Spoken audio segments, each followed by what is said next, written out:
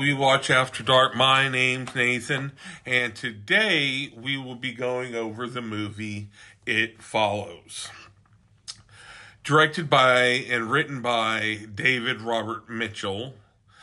It stars Mika Monroe, Kiri Gilchrist, and Olivia Lucardi.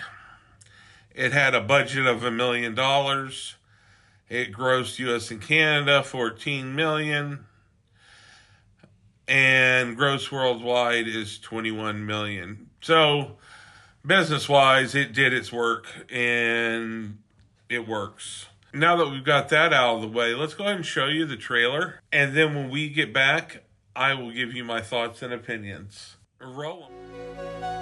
I used to daydream about being old enough to go on dates. I had this image of myself holding hands with a really cute guy, driving along some pretty road. It was never about going anywhere, really. It was having some sort of freedom, I guess.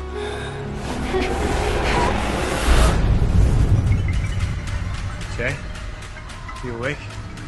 What are you doing? You're not gonna believe me, and I need you to remember what I'm saying. This thing, it's gonna follow you. Somebody gave it to me, and I passed it to you. Wherever you are, it's somewhere walking straight for you.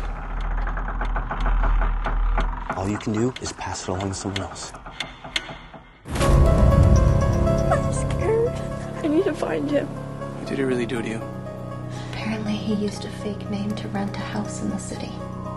This isn't real, I swear to you, this is just some game. If it kills her, it gets me, and goes straight down the line to whoever started it. What exactly is supposed to be following you? I don't know. Something happened. It's not what she thinks, okay? You don't believe me. Mom? No, it's me. Everything's okay.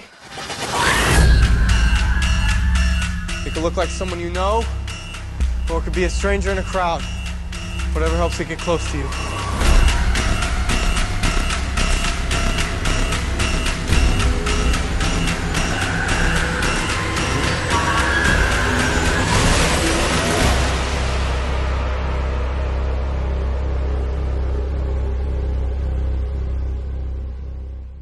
Welcome back. Scary, huh? The blonde girl gets in, has got to sleep around a little bit, so. I mean, no showing of anything, and she's 19. So, anyway, the concept of It Follows stems from reoccurring nightmare experienced by the film director David Robert Mitchell. In his dream, he was stalked by a slow-moving predator that relentlessly pursued him. This unsettling idea formed the foundation of the film's unique and terrifying premise. Another fun fact: pay close attention to the background of certain scenes involving crowds. You might notice people walking slowly towards Jay and her friends. This is a subtle detail, is designed to install a sense of anxiety, making viewers question if any of these people could be the menacing entity. Another thing that was a little wink and a nod to the horror genre, Jay is short for Jamie, which is a tribute to the Scream Queen, Jamie Lee Curtis.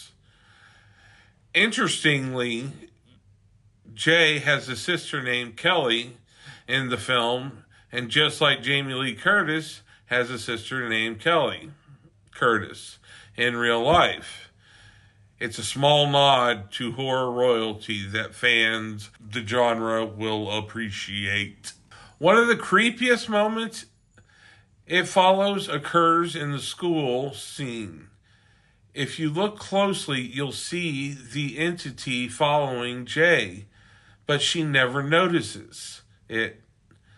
The subtle yet terrifying detail adds the film's sense of dread and suspense. I find most, if not all, these facts from IMDb, and that's imdb.com. But for the last one, we have It Follows shares some intriguing similarities with another supernatural horror hit, Stephen King's It. Both films feature a shape-shifting demonic entity that relentlessly terrorizes a group of youth. They explore uncomfortable sexual undertones, the childlike qualities of the main character, and the pervasive sense of dread and uncertainty caused by the dark forces. And of course, they both have the word "it" in their title. Okay, so that's all the fun facts we got. Now, there's some really messed up things in this movie in the sense of they weren't paying attention to the detail. I mean, first scene, you see a woman running out of a house in red high heels. I mean, trucking too. It's like, how can anybody run with the fucking shoes, man? There was a lot of...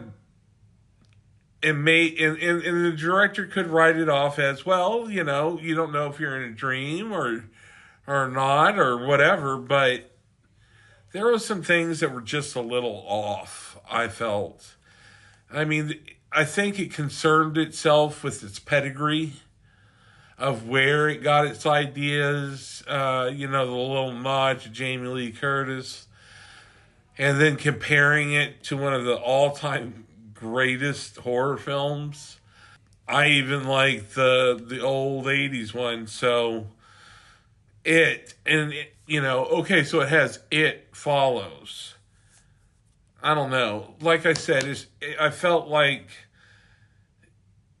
it didn't deserve to be put in such high standards. Now, I give this film a 5.5. I did enjoy it in the sense of the story.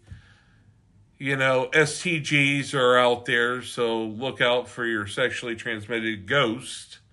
I mean, that's all this really was. You know, just pass it on. Just fuck around. Make somebody else's life go nuts. You know? And if that didn't really get it away, I don't know. Anyway, that's why it gets a 5.5 from me. The cinematography was good. The editing, it was good. I mean, there was nothing I was like, oh, what a jump cut. The directing, though, I think this guy had a little too much of himself involved, which made it more of a fan wink to every other horror film than being the film it should have been. Being, you know, if it stood on its own, like John Carpenter, other horror directors, it could have stood on its own. They didn't need all this.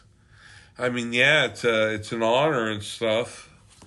And you know what? You get 5 points for just making the film. You got it done, and that in itself is a feat.